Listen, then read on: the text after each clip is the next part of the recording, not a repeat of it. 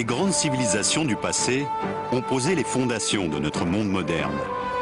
Nul n'ignore que les Égyptiens, les Grecs et les Romains étaient de remarquables ingénieurs et de brillants inventeurs. Mais la plupart des livres d'histoire passent sous silence toute une période au cours de laquelle un certain nombre de grands esprits ont véritablement révolutionné le domaine de la connaissance scientifique et technique. Une période considérée comme l'âge d'or du progrès technologique en Orient.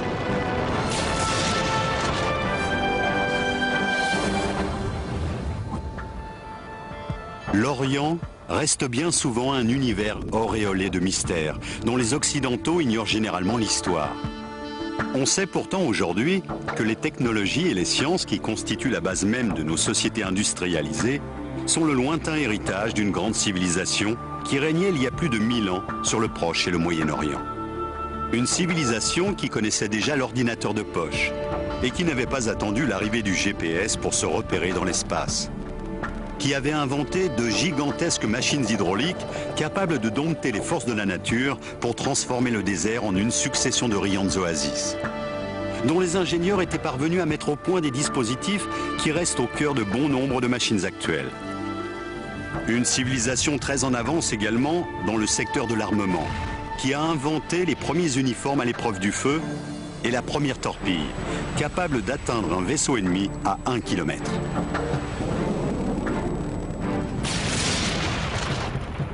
L'effondrement de l'Empire romain marque un grand tournant pour la civilisation occidentale. Tandis que l'Europe s'enfonce dans une longue éclipse, oubliant une bonne partie de l'acquis des grandes civilisations de l'Antiquité, le monde oriental, lui, s'épanouit. Comblant le vide laissé par la disparition des grandes civilisations antiques, les mathématiques, la médecine, la littérature et la physique connaissent au Moyen-Orient un essor remarquable. L'évolution qu'a connue la société pendant les 500 ans, qui du 8e au 13e siècle constitue l'âge d'or de la culture islamique, nous oblige aujourd'hui à revoir l'idée que nous nous faisons de l'histoire ancienne. Un grand nombre de savants, d'ingénieurs et d'artisans de l'époque étaient au sommet de leur art. C'était une époque de grande créativité. Tandis que l'islam, parti de la péninsule arabique, se propage en Inde, en Afrique du Nord et jusqu'en Espagne, les hommes de science musulmans accumulent une somme de connaissances telles que l'humanité n'en a jamais connue. Pendant 5 siècles, le monde musulman va être le centre du savoir et de la culture. L'Europe n'aurait jamais pu avoir le développement qu'elle a connu par la suite sans l'apport de cette culture. Pendant toute cette période qui a duré de l'an 700 environ à l'an 1600, voire au-delà, il y a une sorte de soif de connaissance permanente. Dès la fin du 8e siècle, apparaît une école qui restera longtemps à l'avant-garde du progrès technique et scientifique. Connue sous le nom de Maison de la Sagesse, c'est un peu l'équivalent de la Sorbonne ou de Polytechnique. Elle attire des intellectuels venus de l'ensemble du monde musulman.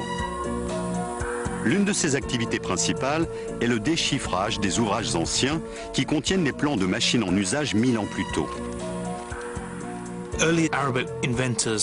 Les premiers savants arabes ont repris des textes hellénistiques et romains et les ont traduits, tout en développant les principes qui y étaient exposés. On trouve ainsi dans les manuscrits de cette époque un certain nombre d'indices qui donnent à penser que les ingénieurs du monde musulman, comme leurs prédécesseurs, s'intéressaient aux automates, l'équivalent de nos robots actuels.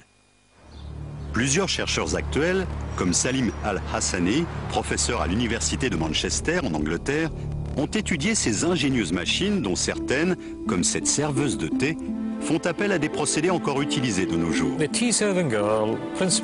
La serveuse de thé est constituée d'un réservoir placé au-dessus d'un robot.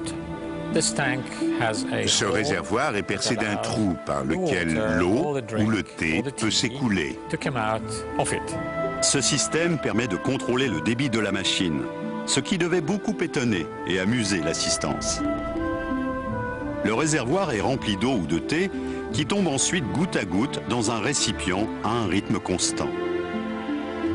Lorsque le liquide atteint un certain niveau, au bout de 7 minutes et demie exactement, il s'écoule dans le verre que la serveuse tient à la main. Le poids du verre plein déclenche un mécanisme qui fait descendre la figurine. Une porte s'ouvre et la serveuse propose le verre à l'invité ébahi. Ce genre de machine devait augmenter encore l'admiration et le respect dont jouissaient les savants de l'époque.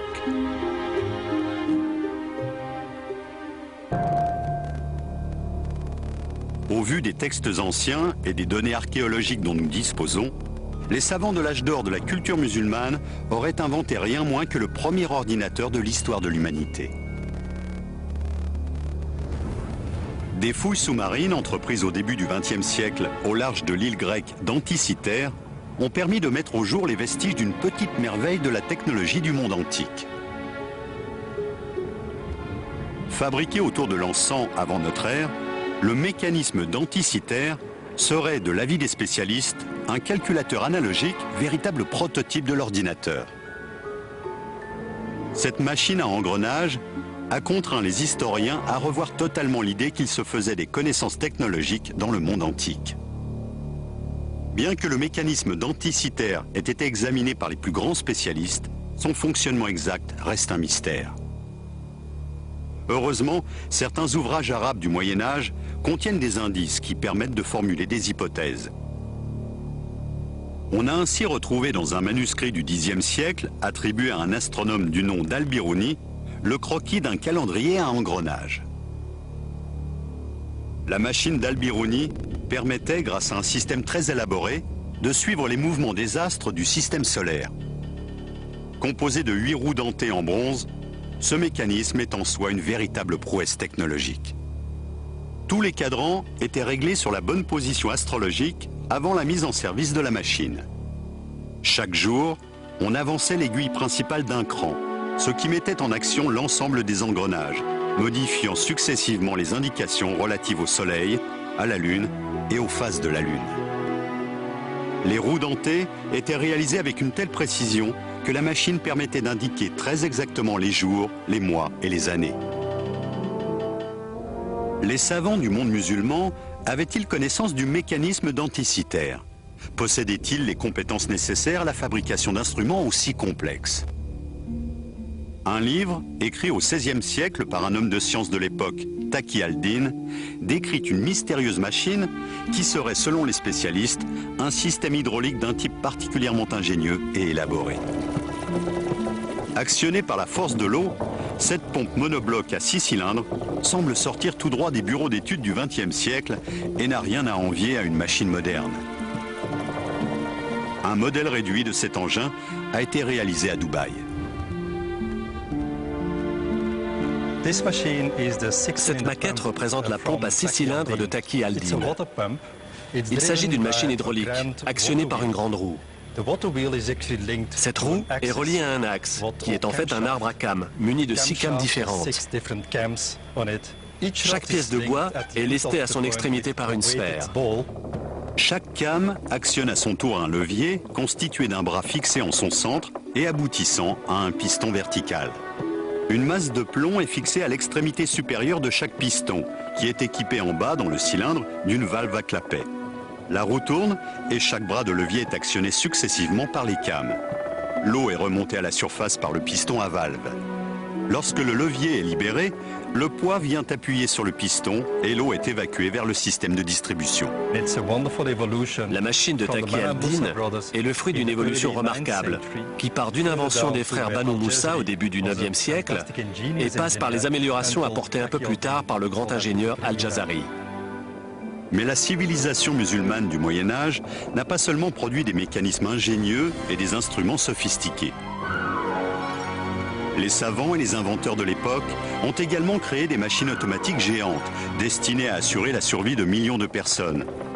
Des machines basées sur des technologies qui ne referont surface que 500 ans plus tard.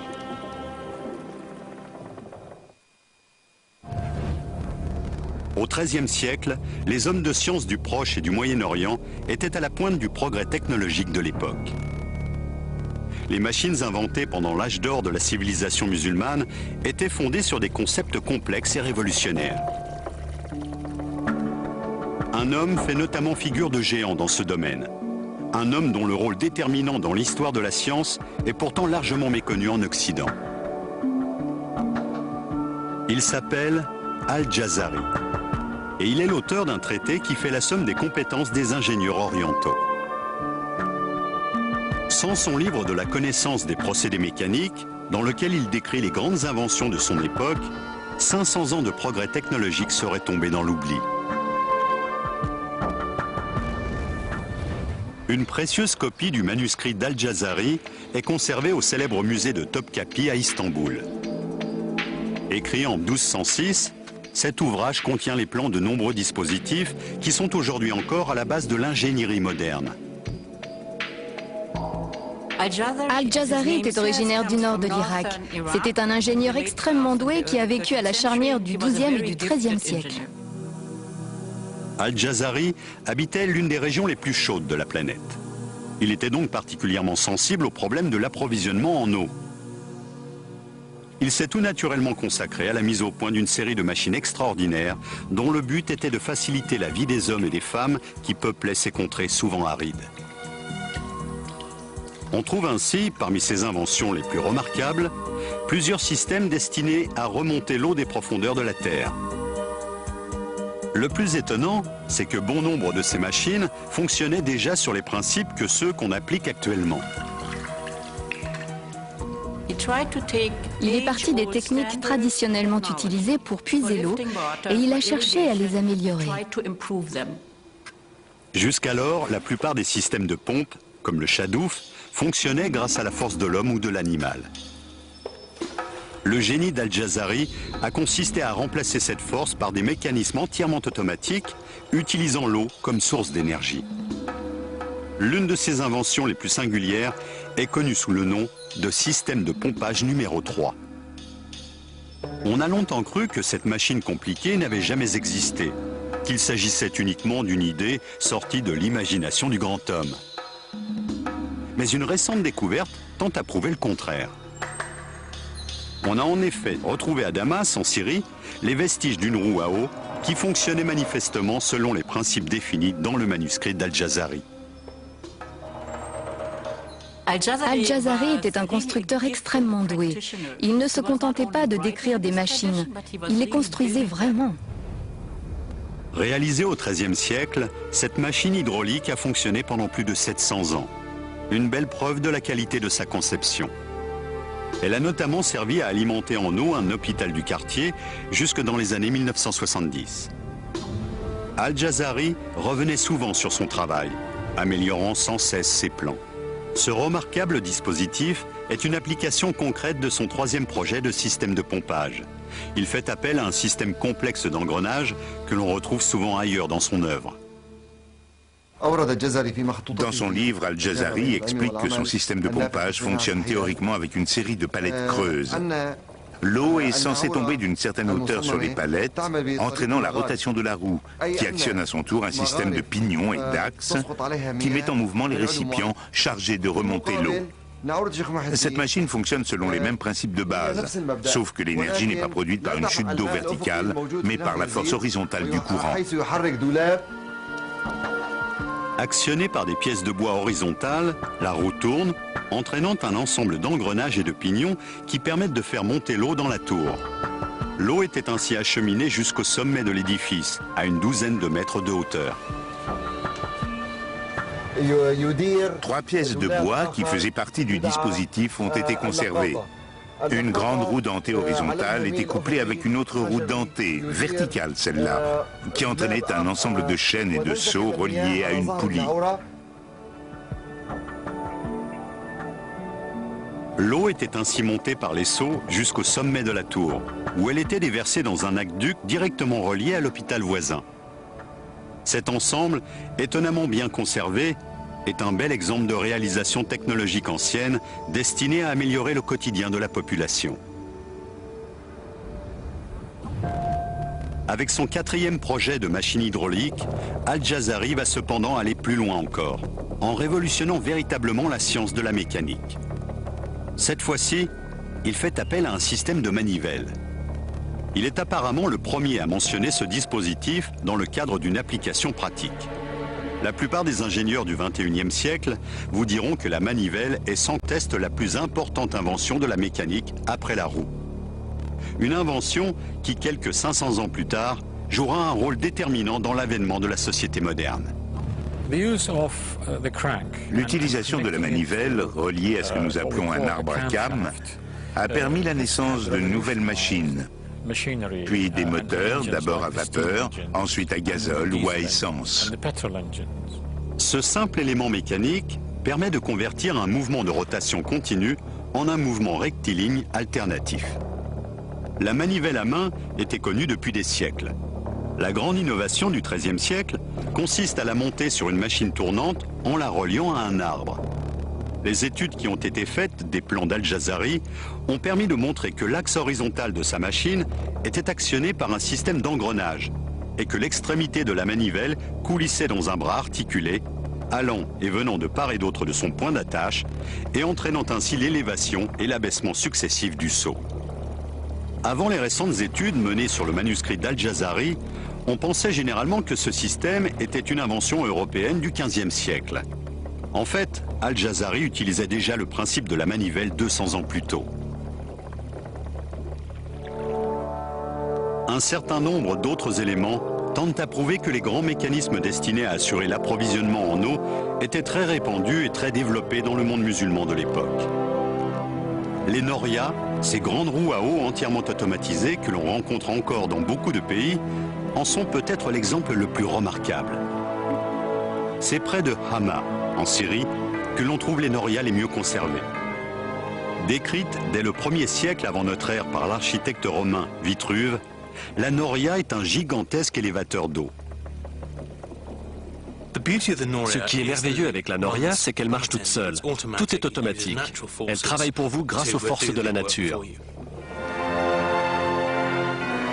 Ces machines géantes étaient conçues pour remonter près de 100 litres d'eau par minute. Ces vestiges du passé nous donnent une idée de ce que pouvaient être les norias à l'époque où elles étaient omniprésentes dans le paysage du Moyen-Orient. C'est une roue à eau munie de compartiments ou de seaux répartis à la périphérie et de pales sur le bord extérieur. Cette roue est mue par le courant et l'eau est puisée par les seaux lorsqu'ils passent dans la rivière. L'eau pénètre dans chaque récipient, puis est remontée jusqu'au sommet de la roue où elle se déverse dans une tranchée ou un conduit ouvert. La plus grande roue encore en place mesure une vingtaine de mètres de diamètre et possède 120 seaux répartis sur tout son périmètre. Les plans étonnants que nous a laissés Al-Jazari et les magnifiques roues à eau géantes qui continuent de tourner ici ou là dans certains pays musulmans témoignent de l'extraordinaire développement technologique que ce monde connaissait au Moyen-Âge. Il existe cependant bien d'autres machines nées en Orient dont certaines étaient tellement en avance sur leur temps que les historiens ont longtemps douté qu'elles aient jamais existé.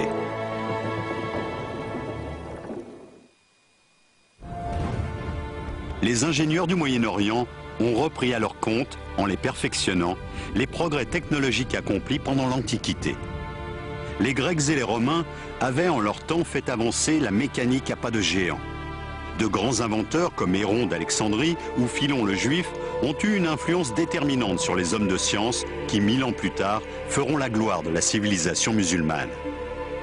Pour les chercheurs qui travaillent aujourd'hui sur les manuscrits arabes du Moyen-Âge, il est de plus en plus évident que nombre de machines n'ont pas été inventées, mais simplement redécouvertes par l'homme moderne. Les résultats des travaux les plus récents nous obligent à repenser toute l'histoire de la mécanique, depuis l'Antiquité jusqu'aux grands inventeurs de la Renaissance, comme Léonard de Vinci. Je suis persuadé que notre société moderne aurait été très différente si la civilisation musulmane n'avait pas existé. Nous avons vu le rôle déterminant qu'avait eu un inventeur mésopotamien du XIIIe siècle. Le dernier système d'élévation d'eau décrit par Al-Jazari dans son traité repose sur un principe étonnant et totalement inédit. On pense souvent que la pompe aspirante à double effet a été inventée au XXe siècle.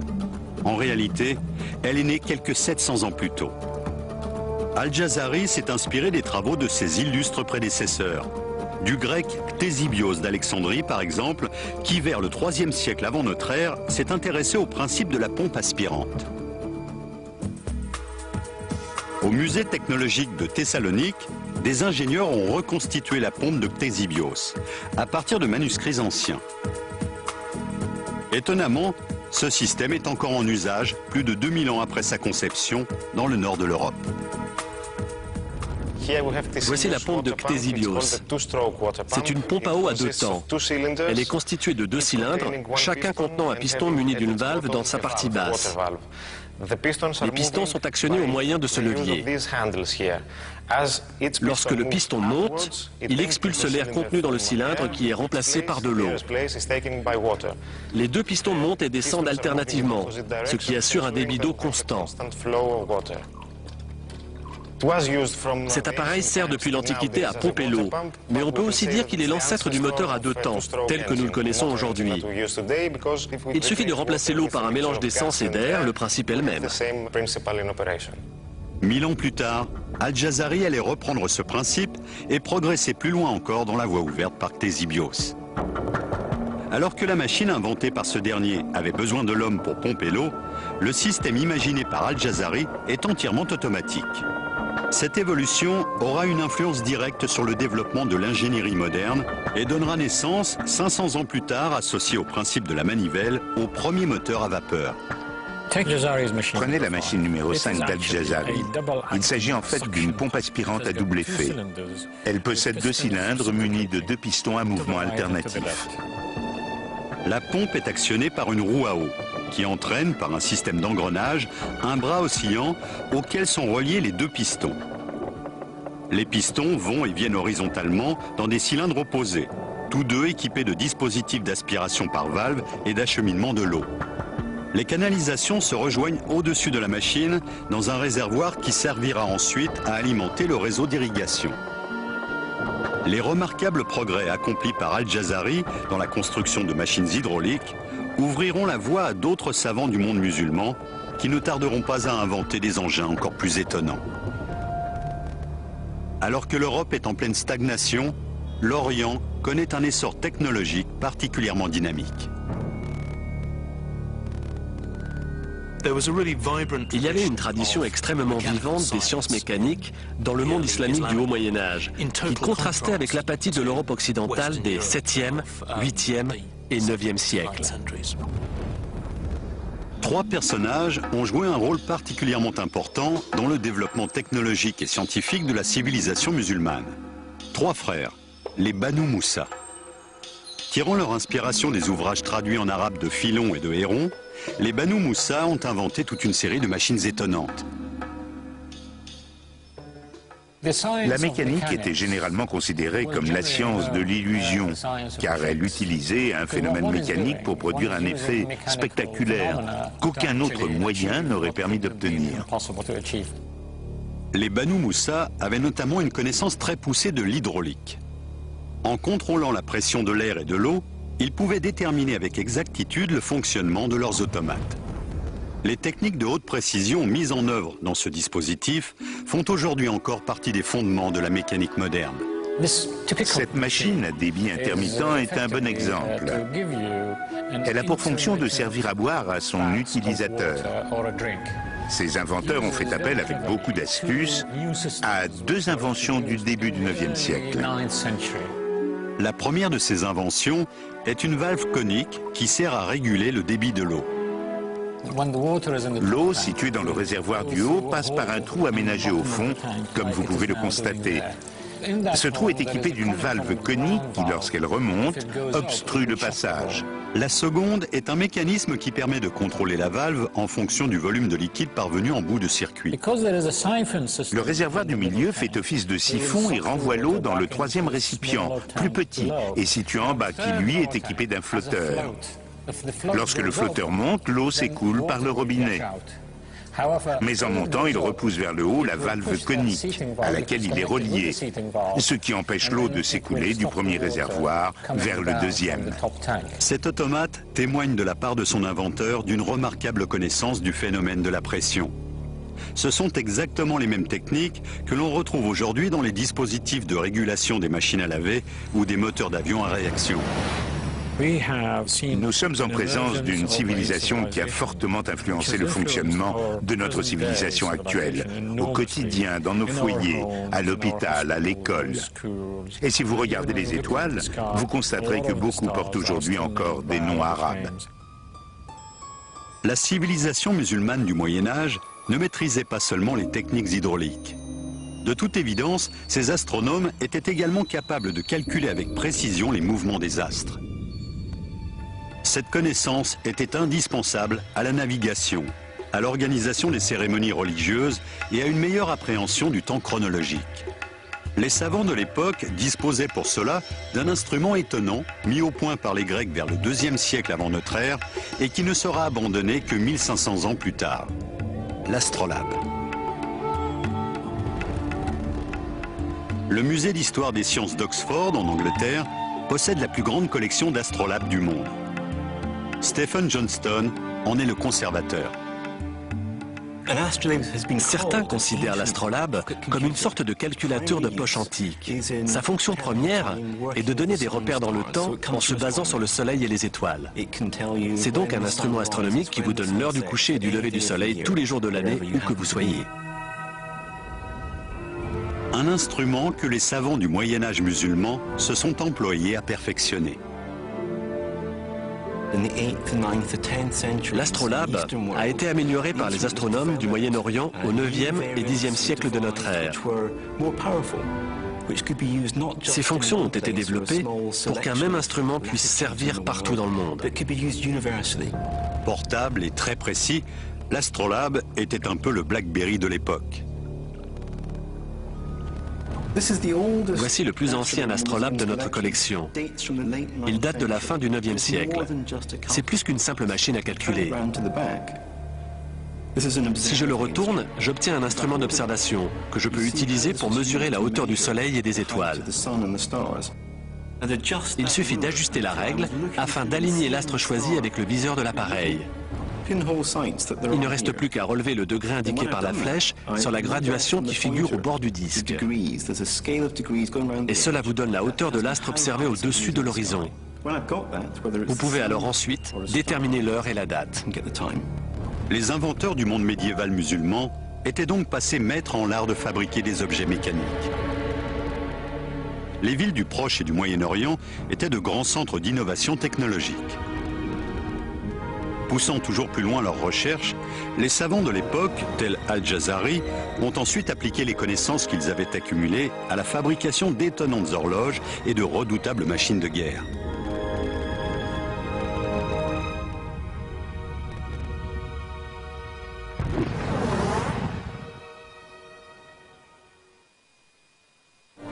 Les travaux des savants du monde musulman du Moyen-Âge ont débouché sur la mise au point de technologies sans lesquelles le monde moderne serait bien différent de ce qu'il est aujourd'hui. Le grand inventeur Al-Jazari expose ainsi dès le XIIIe siècle, dans son livre de la connaissance des procédés mécaniques, les grands principes de mécanique qui préfigurent l'avènement de la société industrielle. Cet ouvrage est un précieux témoignage de l'état d'avancement des connaissances technologiques à une période méconnue de l'histoire de l'humanité. Il décrit en détail une cinquantaine de machines différentes, chaque présentation pouvant ainsi servir de mode d'emploi aux ingénieurs de l'époque désireux de construire ces engins souvent compliqués. Nous avons demandé au modéliste britannique Richard Windley de réaliser la réplique d'une des machines automatiques d'Al-Jazari qui fait appel à une bougie pour calculer avec précision le temps écoulé. Il précise dans quelle matière la bougie doit être faite, ses dimensions exactes, et même la nature de la mèche à utiliser. Al-Jazari décrit 4 horloges à bougie dans son traité, faisant preuve d'un raffinement inégalé en ce domaine. Le système est actionné par la lente combustion de la bougie, qui raccourcit peu à peu, faisant ainsi bouger grâce à une série de poulies et de câbles, une aiguille sur un cadran qui permet de lire l'heure.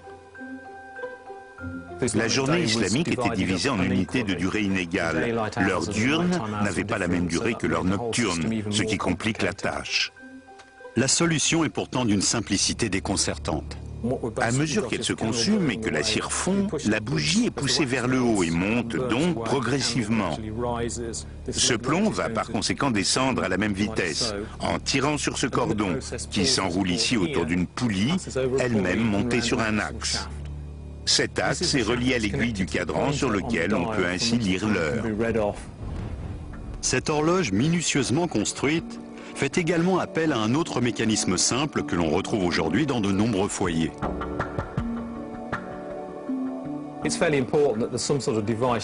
Pour maintenir en place le capuchon du cylindre et éviter qu'il ne cède sous la pression du poids, Al-Jazari a imaginé un système de fermeture qui ressemble beaucoup au dispositif dit à baïonnette utilisé à l'heure actuelle sur les ampoules électriques. Il est quand même étonnant de retrouver quasiment le même système 800 ans après. Mais ce n'est pas tout. Dans son livre de la connaissance des procédés mécaniques, Al-Jazari s'intéresse tout particulièrement au principe de l'hydraulique appliqué à l'horlogerie. Il y décrit une série de mécanismes extrêmement élaborés qui permettaient de mesurer le temps écoulé. L'un d'eux, plus compliqué encore que les autres, laisse perplexes les meilleurs spécialistes du XXIe siècle.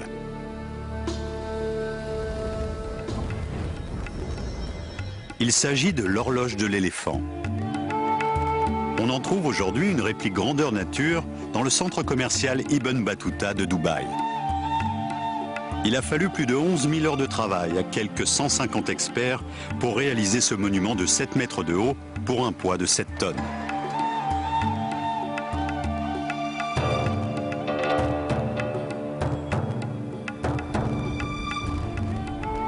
Ludo Verheyen a dirigé la réalisation de cette copie du chef-d'œuvre d'Al-Jazari. Ce projet était un véritable défi. C'était en effet la première fois que l'on tentait de reconstruire cette machine. C'est un mécanisme très compliqué imaginé il y a 800 ans par le grand inventeur Al-Jazari. Nous avons essayé de comprendre à partir de ces manuscrits comment fonctionnait précisément cette machine. C'était absolument fabuleux. Comment marche cette extraordinaire machine ? Quelles sont les améliorations apportées par Al-Jazari par rapport aux horloges inventées par ses prédécesseurs? L'horloge de l'éléphant fait appel à plusieurs mécanismes que ne renierait pas un ingénieur moderne.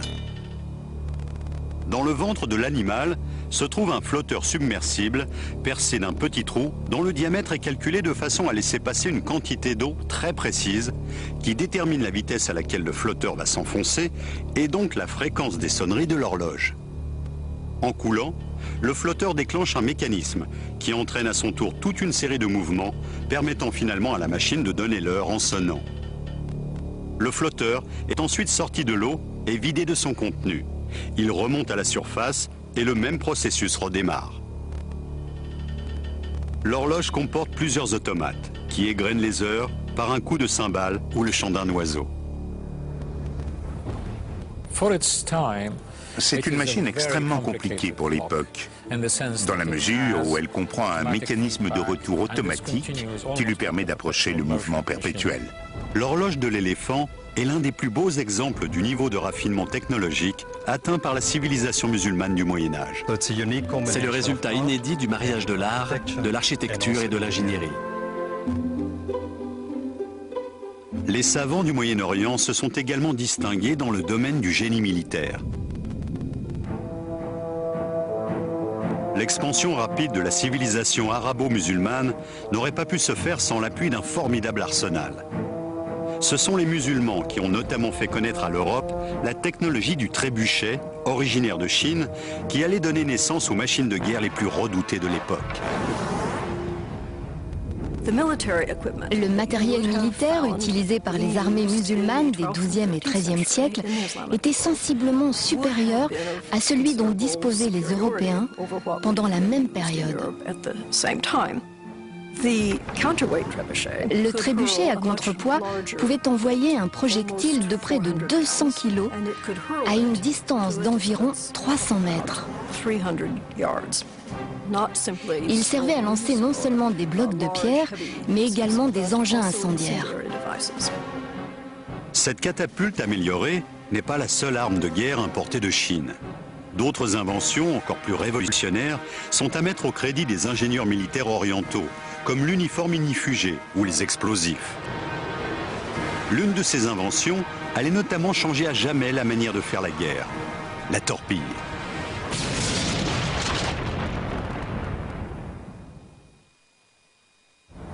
Les ingénieurs et les savants du Moyen-Orient ont beaucoup contribué au perfectionnement de technologies remarquables en s'inspirant des avancées qu'avait connues la science pendant l'Antiquité. Mais ils ont mis le même talent et la même imagination à concevoir des armes de guerre aussi ingénieuses que terrifiantes. Ils se sont notamment attachés à améliorer l'usage de la poudre à canon en la raffinant. La poudre était fabriquée selon une recette qui faisait appel à des ingrédients naturels disponibles en quantité, comme le charbon de bois et le salpêtre.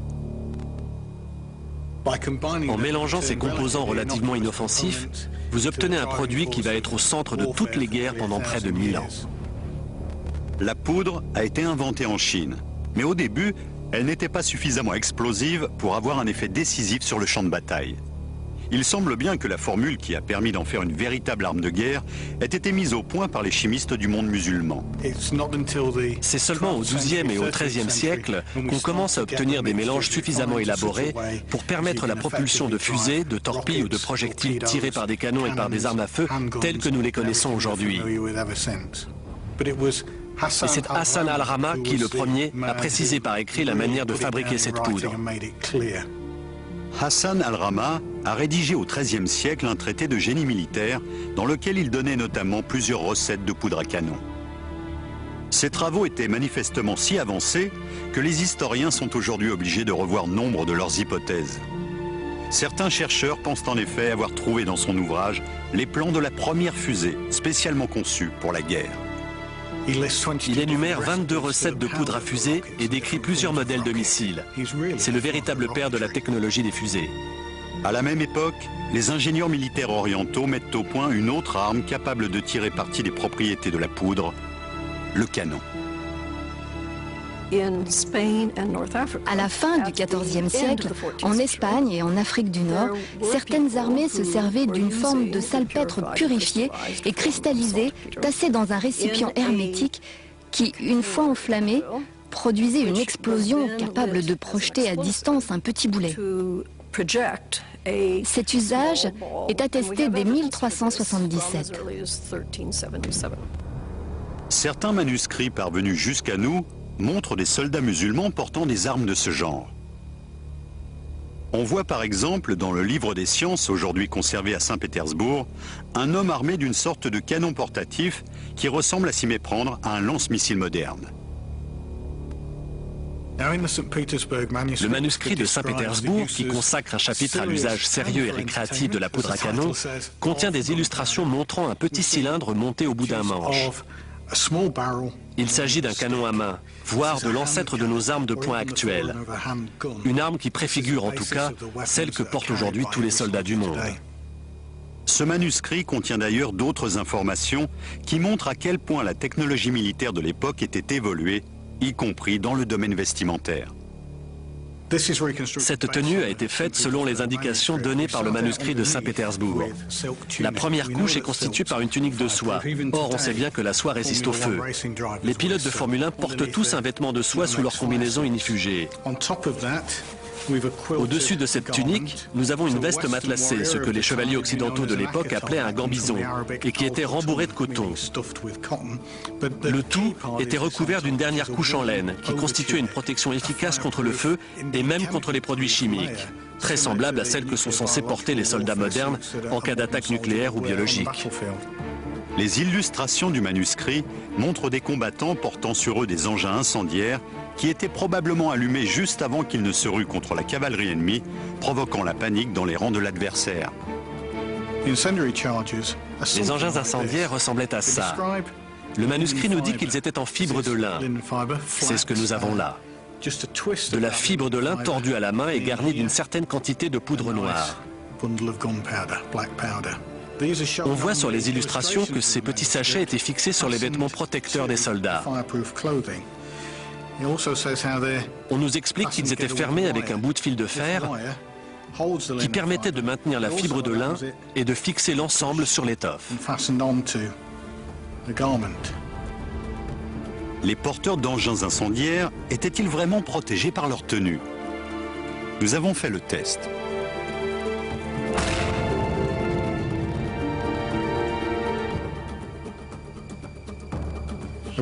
Pendant une charge, des centaines de pétards de ce type devaient exploser simultanément, ce qui devait affoler les chevaux. Ce qui m'intéresse surtout, c'est de constater que l'étoffe ne porte aucune trace de brûlure. La chaleur a à peine traversé. Manifestement, ces vêtements étaient vraiment à l'épreuve du feu.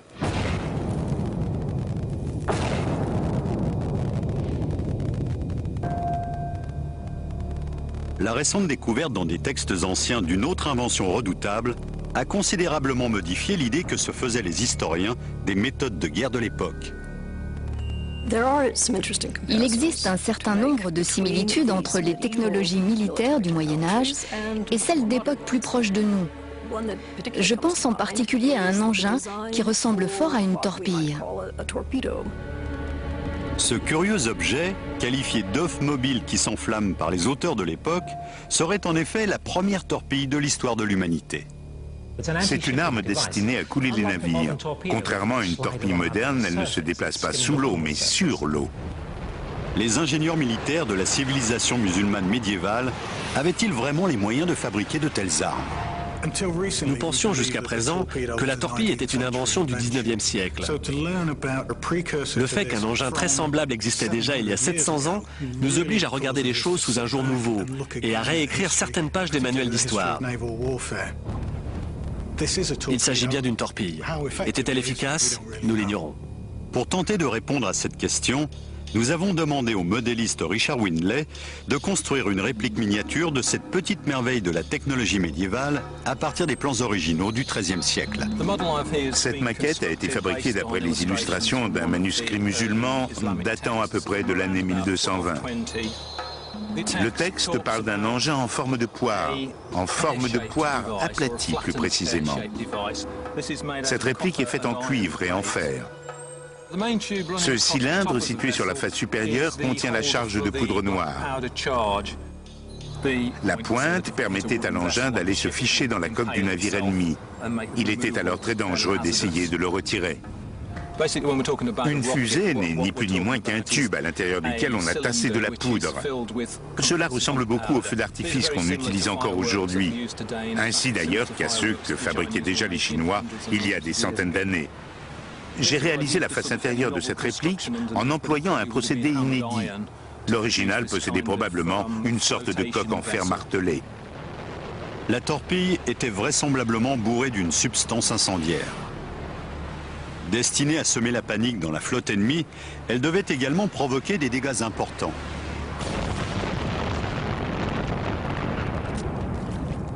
Mais quelle était la puissance exacte de cet étrange missile? On suppose qu'en prenant de la vitesse, l'engin devait se mettre à planer au-dessus de l'eau. Il devait prendre progressivement de la hauteur. Les deux longues tiges, situées sur les côtés, servent à stabiliser l'engin. Elles font office de gouvernail. Le dispositif de mise à feu est une simple mèche de coton qui a été mouillée, imprégnée de poudre, puis soigneusement séchée. Elle se consume à la vitesse d'environ 2 cm par seconde.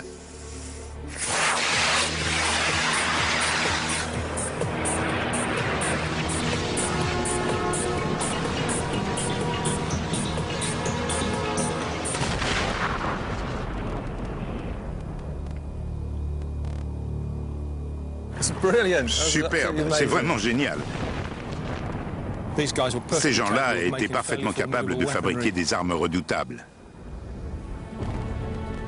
Il est donc faux de croire qu'après la chute de l'Empire romain, l'humanité s'est enfoncée dans une période d'obscurantisme et a oublié toutes les grandes découvertes qui avaient été faites pendant l'Antiquité. Les recherches les plus récentes montrent qu'en réalité, les savants de la civilisation musulmane du Moyen-Âge ont recueilli pour l'enrichir l'héritage de leurs prédécesseurs grecs ou romains. Dans leur façon de penser et de concevoir de nouvelles technologies, je crois qu'ils étaient plus originaux que les Romains et peut-être même que les Grecs. Les textes de la civilisation arabo-musulmane du Moyen-Âge livrent peu à peu leurs secrets aux chercheurs. Ils révèlent l'existence de machines extrêmement élaborées à une époque que l'on croyait rétrograde. Manifestement, il va falloir réviser la liste des grands précurseurs de la civilisation moderne. En effet, les travaux les plus récents des chercheurs remettent en cause la vision que nous avions de l'histoire ancienne.